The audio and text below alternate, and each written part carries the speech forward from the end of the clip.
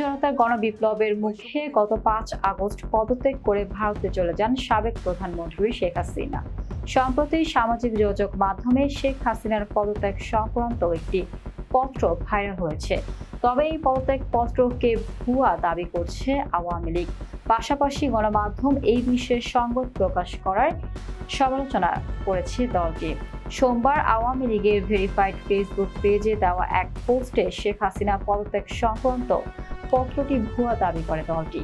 বিস্তারিত থাকছে ডেস্ক রিপোর্টে।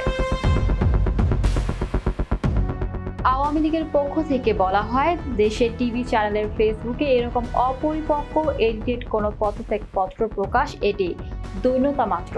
পোস্টে বলা হয়, পদত্যাগ পত্রে এখনো মুজিব বর্ষ লোগো লাগিয়ে রেখেছে। সেই মুজিব বর্ষ 2021 সালে শেষ।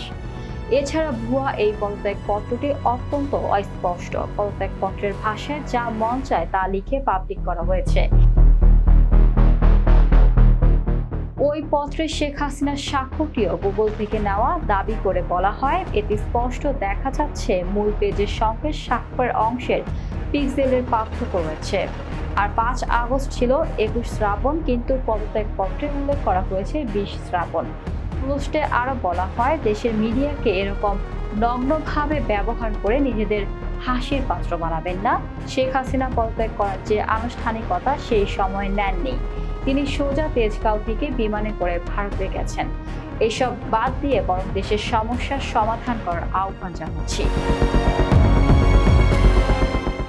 সামাজিক যোগাযোগ মাধ্যমে ভাইরাল হওয়া পদত্যাগ পত্রে লেখা আছে, আমি গভীর দুঃখের সঙ্গে জানাতে চাই, সাম্প্রতিক বিক্ষোভ ও সংঘর্ষের প্রেক্ষিতে যেখানে 300 জনেরও বেশি মানুষ প্রাণ হারিয়েছে এবং আর কোনো প্রাণহানি এড়ানোর জন্য আমি পদত্যাগের সিদ্ধান্ত নিয়েছি। আমি বাংলাদেশের প্রধানমন্ত্রী পদ থেকে পদত্যাগ করছি। এই ঘটনাগুলোতে আমি সম্পূর্ণ দায়িত্ব স্বীকার করছি এবং এই দেশের জনগণের নিরাপত্তা ও কল্যাণের প্রতি আমার অঙ্গীকার সব সময় অটুট থাকবে।